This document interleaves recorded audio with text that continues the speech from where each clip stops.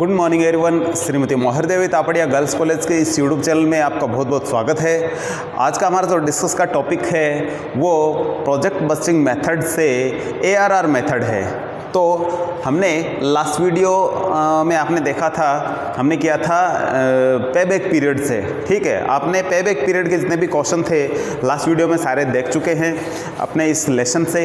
आज हम इसी लेसन से कुछ नए टाइप की जो मेथड है उनका प्रयोग करते हुए कुछ नए क्वेश्चंस करेंगे, जिनमें सबसे पहला क्वेश्चन हमने लिया है नंबर 7 जो कि ARR बेस्ड है। ठीक है, तो इसमें कॉस्ट दी गई है कि 50,000 है और स्क्रैप दे रखी है 10,000, यानी कि एक परियोजना है जिसमें परियोजना में 50,000 रुपये लागत लग रही है और उस परियोजना में स्क्रैप बच रही है वो है 10,000 रुपये। ठीक है, ये माना कि एक मशीन खरीदी है, मशीन की कॉस्ट है 50,000, स्क्रैप उससे 10,000 और रोकड़ प्रवाह ह्रास एवं कर से पूर्व 5 वर्षों के ये दे रखे हैं। कैश इनफ्लोज है वो बिफोर टैक्स एंड डेप्रिसिएशन है 10,000, 12, 14, 16 और 20,000 है। ठीक है, ये पहले, दूसरे, तीसरे, चौथे, पाँचवें वर्ष में इस तरीके से हमें कंटिन्यू मिल रहे हैं। टैक्स रेट दे रखिए 50%, ह्रास सीधी रेखा पद्धति से लगाया जाना चाहिए। तो ये है ह्रास का system.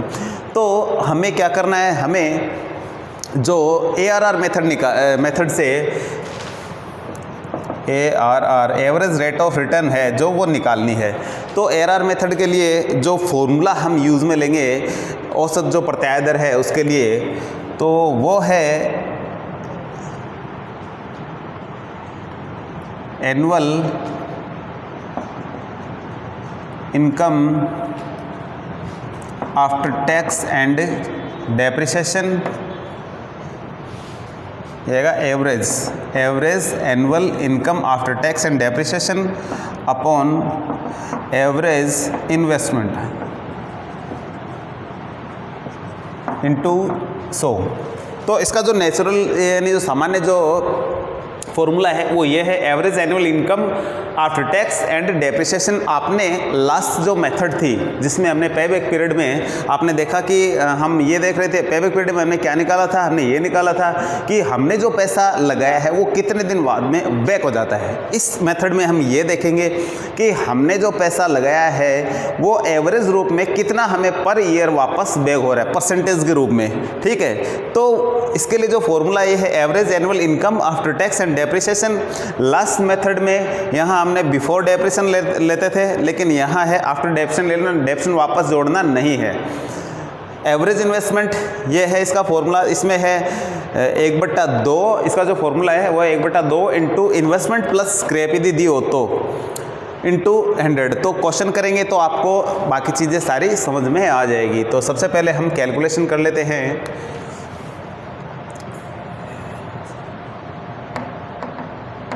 Calculation of net cash inflows.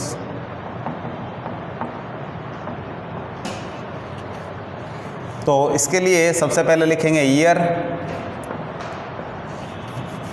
और उसके बाद में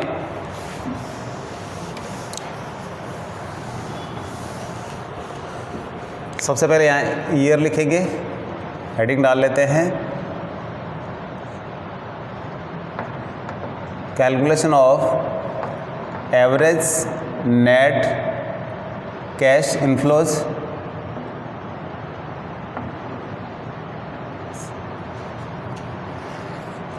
तो सबसे पहला जो कॉलम बनाना है वो है ईयर का और उसके बाद में हम यहाँ लिखेंगे ईयर को हम इस साइड में लिखेंगे 1, 2, 3, 4, 5 और यहाँ करेंगे टोटल और एवरेज। तो हमारा जो क्वेश्चन निकालने का तरीका थोड़ा इस तरीके से रहेगा। ईयर को हम ऊपर की साइड में लिखेंगे, फिर सबका टोटल करेंगे और यहाँ हम ईयर के साथ में लिखेंगे पर्टिकुलर या बेसिक पर्टिकुलर्स। तो इसके लिए थोड़ा सा हम जगह और कर लेते हैं, इधर और बढ़ा लेते हैं थोड़ा सा इसको।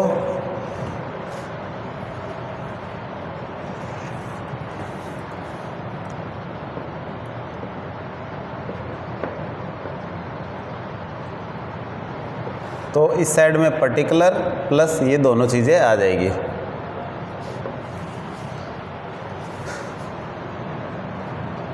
पहले साल की वैल्यू इसमें लिखेंगे, दूसरे साल की इसमें लिखेंगे, तीसरे साल की इसमें लिखेंगे, चौथे साल की इसमें लिखेंगे, पाँचवें साल की इसमें, और टोटल यहाँ लिखेंगे सबका और एवरेज आगे निकालेंगे। तो हमें जो चीज़ें निकालनी होगी वो मुख्य रूप से आपको बता दें कि हमें एवरेज एनुअल कैश इनफ्लोज निकालना है जो यहाँ काम आना है। तो सबसे पहले हम लिख लेते हैं cash inflows, cash inflows before tax and depreciation है ये। तो 12,000 दे रखा है यहाँ, आगे दिया हुआ है 14,000, उसके बाद में है 16,000, उसके बाद में है यहाँ स्टार्टिंग में 10 है, फिर 12 है, फिर यहाँ 14 है, फिर 16 और फिर 20। तो ये नेट कैश इनफ्लोज है। टोटल इनका बाद में कर लेते हैं, पहले सारी चीज़ें लिख लेते हैं। और इसके बाद में हमें इसमें से क्या घटाना होगा, लेस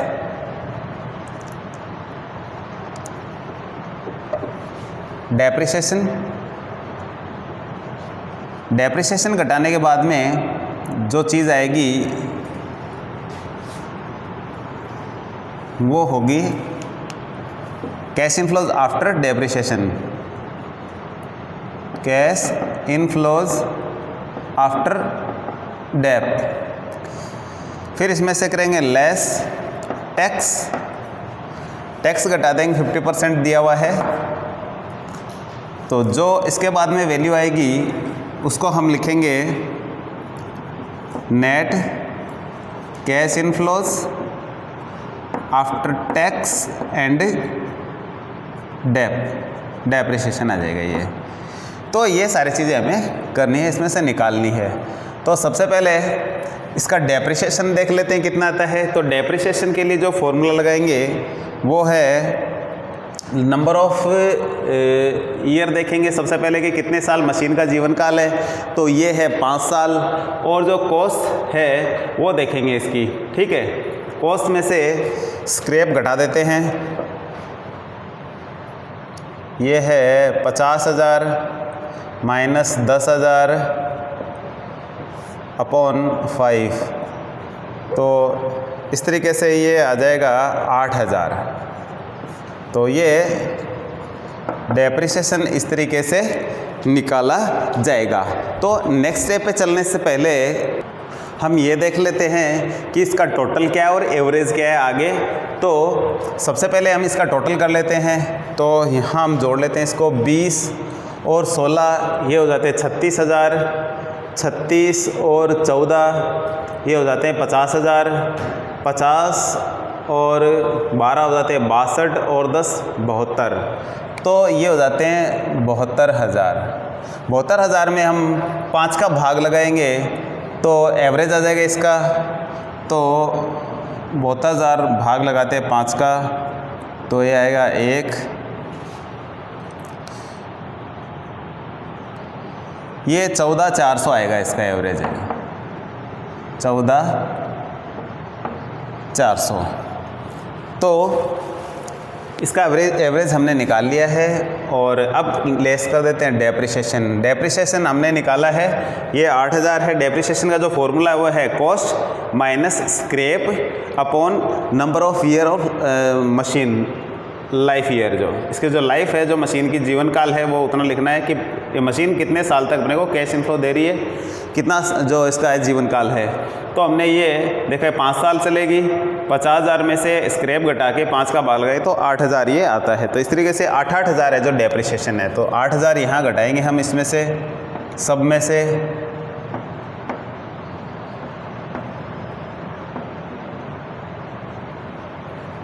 तो इनका टोटल लिख देते हैं 40,000।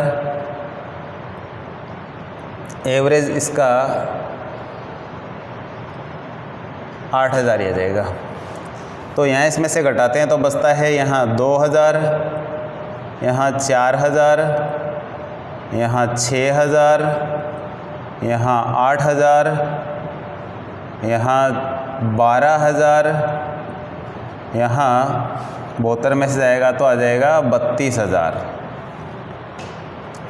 और इसमें से इसको घटाएंगे तो ये आ जाएगा 6,400।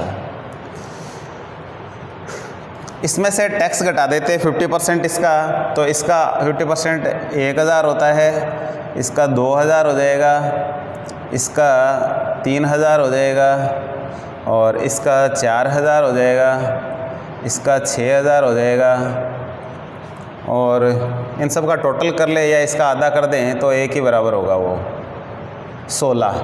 6 4 10 और 3 13, 14 15, 16 होते हैं। और 5 का भाग लगाएंगे 16,000 में तो ये आएगा 3200, यानी इसका ऊपर वाले का आधा हो जाएगा 6400 का। अब इसमें से जो संख्या बची है वो है 1,000, आधा ही घटाया तो यही आ जाएगी वापस 2,000, 3,000, 4,000, 6,000, 16,000 और ये आता है 3200। तो हमारा नेट कैश इनफ्लो जो एवरेज नेट कैश इनफ्लो जो वो 3200 आया है। ठीक है, हमने हमारा ARR का जो फॉर्मूला लिखा था दोबारा लिख लेते हैं। एवरेज रेट ऑफ रिटर्न का जो फॉर्मूला है ये है average annual cash inflows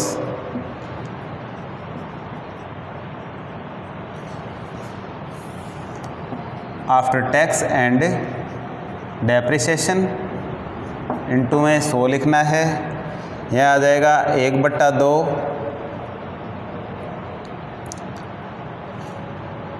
investment plus scrap. इसको हम एवरेज इन्वेस्टमेंट बोलते हैं। तो एवरेज इन्वेस्टमेंट का फॉर्मूला यही है कि 1/2 अपॉन इन्वेस्टमेंट, इन्वेस्टमेंट यदि स्क्रैप दिया तो वो जोड़ लेंगे, तो स्क्रैप और इन्वेस्टमेंट को जोड़ के 2 का भाग लगाएंगे तो एवरेज आ जाएगा। और यदि स्क्रैप नहीं दिया हो तो भी इन्वेस्टमेंट में हम 2 का भाग लगा करके उसका एवरेज निकालते हैं। तो इस तरीके से सारी चीज़ें हमारे पास है। तो एवरेज रेट ऑफ रिटर्न निकालेंगे तो एनुअल कैश इनफ्लोज है जो हमारे 3200 है, ये राशि हमें निकालनी है एवरेज इन्वेस्टमेंट। तो यहाँ निकाल के देख लेते हैं ये अलग से।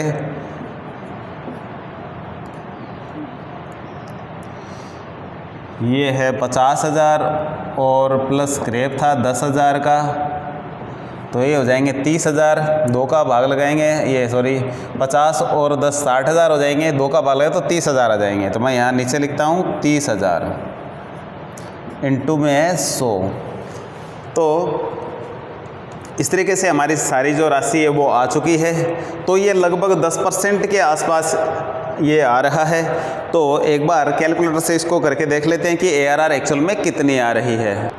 तो इसका जो मान आ रहा है वो आ रहा है 10.67%। तो इसका मतलब ये हुआ कि हर साल हमने जो पैसा लगाया है उसका 10.67% है जो क्या हो रहा है, रिटर्न हो रहा है। तो इस तरीके से ARR मेथड से आप ये जान सकते हो कि हमने जो पैसा लगाया है पर ईयर जो एवरेज रूप में हमें क्या मिल रहा है। तो हमें ये रिटर्न मिल रहा है 10.67%। तो लगभग यदि बात करें तो 11% के आसपास है। तो नॉर्मली इसका जो फॉर्मूला है हमें यही यूज़ लेना है। लास्ट जो फॉर्मूला था पेबैक पीरियड में और इसमें थोड़ा सा अंतर यही है कि उसमें आफ्टर टैक्स और डेप्रिसिएशन, बिफोर डेप्रिसिएशन आता था, लेकिन इसमें after tax and after depreciation ही लेंगे हम नेट कैश इनफ्लोज को। तो ये चीज़ें इसमें बेसिक थी। और आज के वीडियो में इतना ही। मिलते हैं नेक्स्ट वीडियो में नेक्स्ट क्वेश्चन के साथ में। तब तक के लिए धन्यवाद। अपने वीडियो को लाइक कीजिए, वीडियो को शेयर कीजिए और चैनल को यदि सब्सक्राइब नहीं किया है तो चैनल को सब्सक्राइब कीजिए। धन्यवाद।